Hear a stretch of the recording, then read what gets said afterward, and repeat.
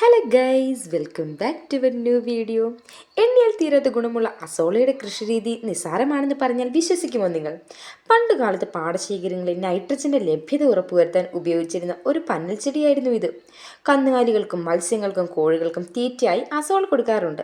അതുമാത്രമല്ല, നൈട്രജന്റെ ലഭ്യത വർദ്ധിപ്പിക്കാൻ ചെടികൾക്ക് അസോള വളമായി ഉപയോഗിക്കാറുണ്ട്.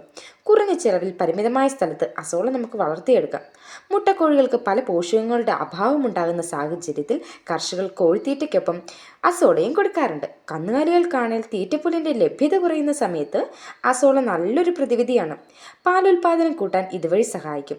അസോളയുടെ മുകളിലായി കാണുന്ന അനബീന അസോള എന്ന ഭാഗമാണ് അന്തരീക്ഷത്തിൽ നിന്നും നൈട്രജൻ ആഗിരണം ചെയ്യുന്നത്.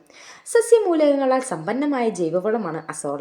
അസോളയിൽ 25 മുതൽ 30% വരെ പ്രോട്ടീനും 10 മുതൽ 15% വരെ മഗ്നീഷ്യം, കാൽഷ്യം, ഫോസ്ഫറസ്, കോപ്പർ, ഇരുമ്പ് എന്നിവയുടെ അംശവും ഉണ്ട്.